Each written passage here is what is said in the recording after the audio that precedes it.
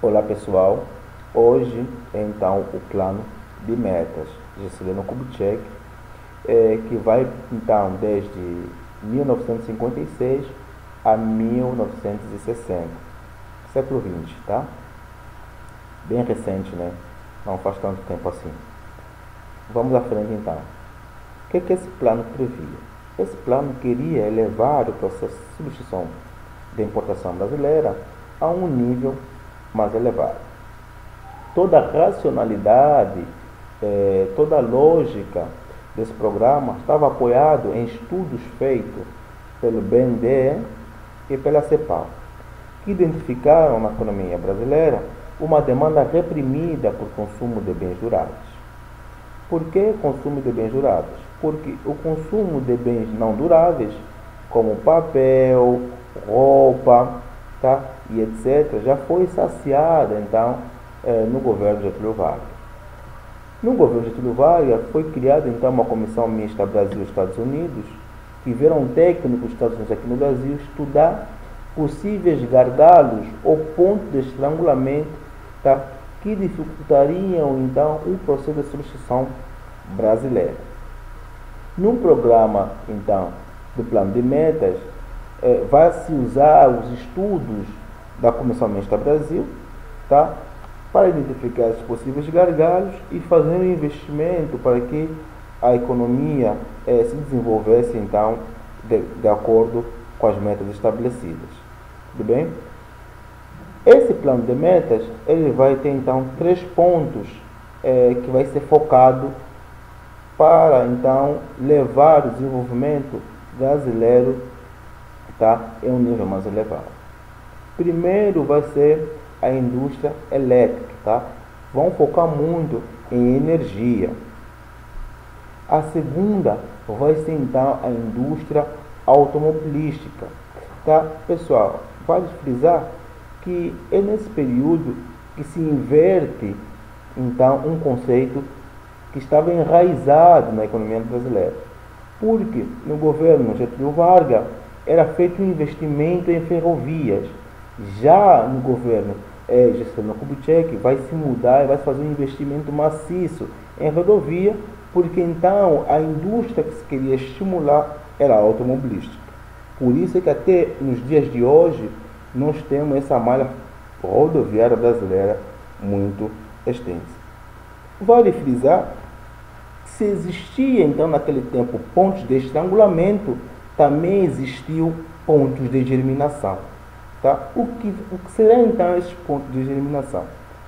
Pontos de germinação é quando no desenvolvimento de um determinado setor econômico, esse setor puxa consigo outros juntos.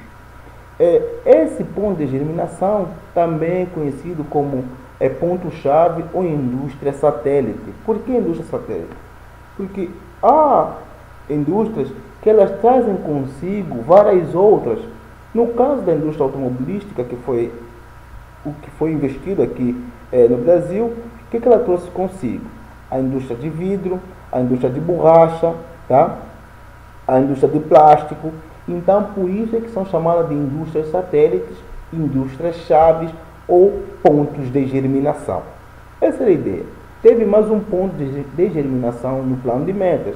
A criação da nova capital, que seria então Brasília, tá? Também facilitou que existissem outros pontos de germinação para o investimento do capital estrangeiro. Essa é a ideia, né? O segundo foco que eles vão então apontar vai ser então bens intermediários. O que são bens intermediários? Quando se falamos de bens intermediários, foca-se então em insumos, aquilo que vai suprir então as indústrias, que seria então o aço, o cobre, o ferro e etc. E o último ponto e mais importante do plano, foco em bens duráveis. O que seria bens duráveis? Carro, geladeira, etc. E bens de capital. O que seria bens de capital? Bens de capital são máquinas, tá? Que criam então diversas coisas, como uma máquina importada para uma linha de montagem de automóveis, uma máquina que vai produzir uma outra máquina, então chamados de bens de capital. Esses são os 3 focos do plano de metas, tá?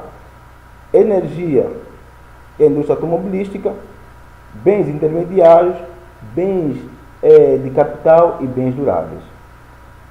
Como é que isso deve funcionar? Simples. Isso é funcionar por um tripé, que é Estado, multinacionais e União.